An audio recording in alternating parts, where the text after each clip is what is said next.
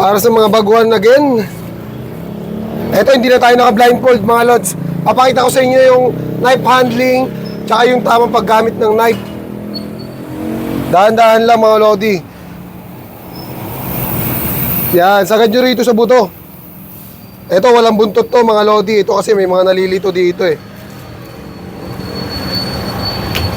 Ayan, tanggalan natin yung tenderloin. Sabay itong laman na to, tsaka itong taba. Bababa natin yan. Pagka hindi nyo makita yung two joint ang technique dyan, ito papantayin nyo lang dito sa may ham leg. Yan, papantayin nyo lang yan dyan. Okay, so ito yung two joint. Tapat lang natin dyan para hindi tayo malito. Ganito lang kaganda yung knife natin mga lodi oh. Flexible apple green ni Butcher Knives Davao. Lalagay ko na lang yung comment section sa link para makita nyo kung paano kayo makapag-avail. So punta tayo shoulder. Tulad na sabi ko sa inyo, pag trade test, makakita lang kayong tatlong buto. 1, 2, 3, pwede nyo nang hiwain niya mga lodi. Kasi sa trade test, hindi talaga nagbibilang. Sa isip nyo lang, pwede kayo magbilang mga lodi.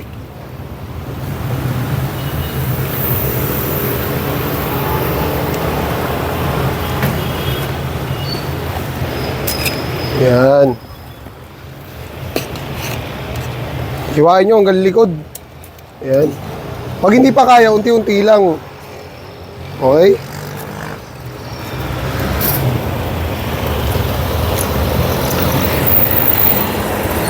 Kagandahan dito sa flexible knife na to mga lodi. Pag mga ganitong nabubuto kayo, mag-a-adjust yung knife nyo dyan. Mababaliko. Pero hindi siya masisira. Kaya nga siya flexible. Ganito kadalasan ginagamit sa Canada. Mga flexible knife. Okay, deboning tayo para sa mga baguhan. Ganito yung gagawin natin. Proper steel muna. Ayan. Proper steel. And ito yung duktungan ng joint. Okay? Lagi lang kayo half inch. Yan, pwede na yung half inch. Tapos pwede nyo rin kalug-kalugin yan. So iwain nyo lang yung balat dito mga lodi. Iwain nyo lang yung balat na yan. Pag naiiwain nyo yung balat na yan, para hindi nahihirapan yung knife nyo. So pag ahiwa nyo ng balat na yan, diretso nyo dito yung knife nyo. Kakapain nyo lang. Pag buto pa, pag matigas, buto pa yun. Pero pagka hindi na matigas, joint na yun. Ayun o. Yan. Ito iiwasan nyo. Yan, liquid sauce na yan. Okay? Pag malambot na, ibig sabihin, nasa joint na kayo. Iwasan nyo yung liquid sauce na yan. Lalo't wala tayong gloves. Madulas yan. So ito, nakatutok sa atin to. Di ba? Pag may buntot, yung buntot nakatutok sa atin. Ngayon naman ito. Yan, yung iba kasi dito umihiwa.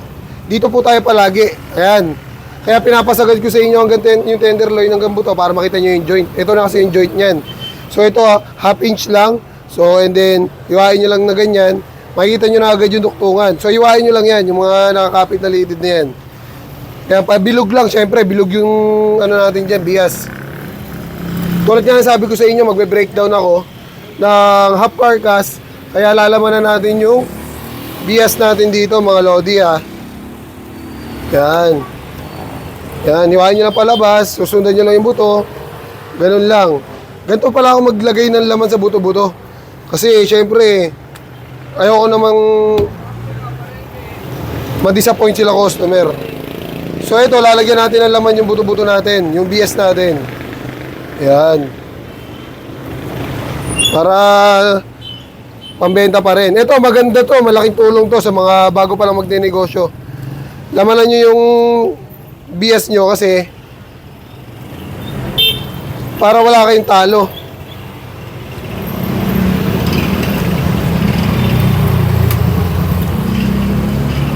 Ganyan ako maglaman sa bias. Talagang ayoko rin ng madidisappoint si customer, mga lods. Tapos na tayo sa may ham leg deboning. Shoulder tayo mga lods. Eto, malaki yung buto. So para sa mga baguhan, yung batok may buto yan, pero yung neck wala.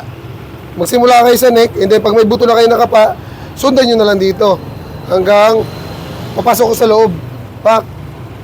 Yan. Paano ba tayo mag-breakdown ng carcass? Yan. Papaturo ko rin sa inyo yan. Yan. Ako nilalagyan ko talaga ng malaking laman to mga lods. Kasi ito yung isa sa pinakamasarap sa ribs, yung soft bone. Dami naghahanap niyan, soft bone. Soft bone na purong-purong malaman. Okay? So tapos na tayo sa pork ribs. Punta naman tayo dito sa exciting part, mga lods. Exciting part tayo.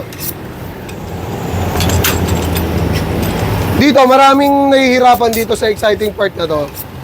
Lalo na yung mga, alam naman nating kumukuha lang din ng mga video.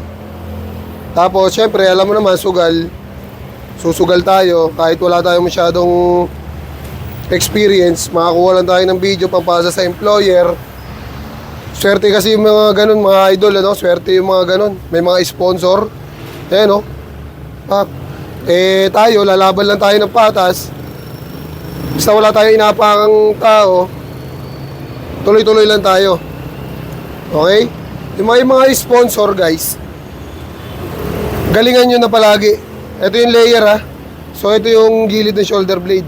Pag walang buto, nandito sa kanan yan. Pag walang buntot, nasa kanan yan. Pag may buntot, nasa kaliwa yan. So, yan. Iwain nyo lang yung gilid.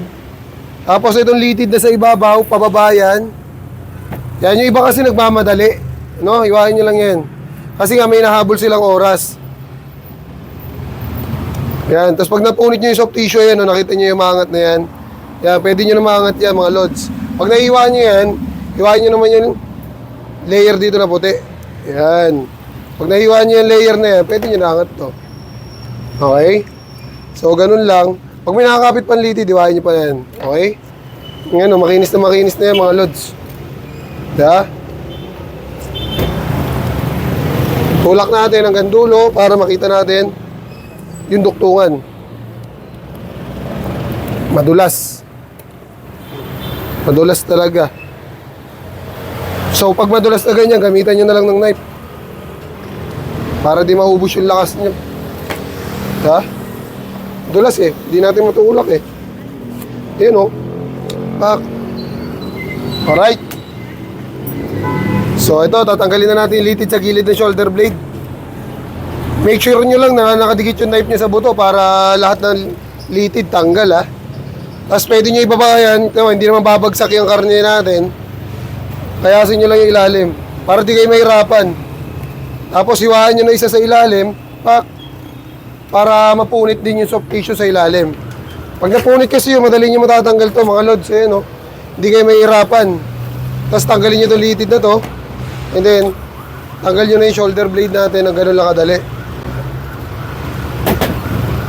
Tapos dito sa, ito yung duktungan ng pata front natin, may bias din to, mga lods. Di ba? May bias din to.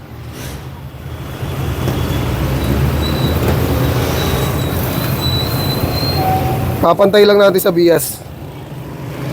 Yan. Putulin na natin to.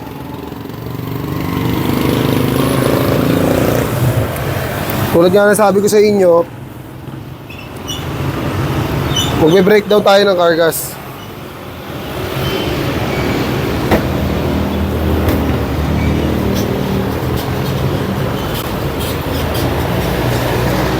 Yan.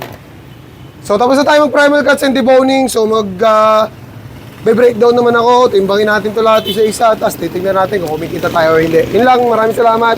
Bangin nyo na rin sa Noel Jim Jo Almasan. Peace out!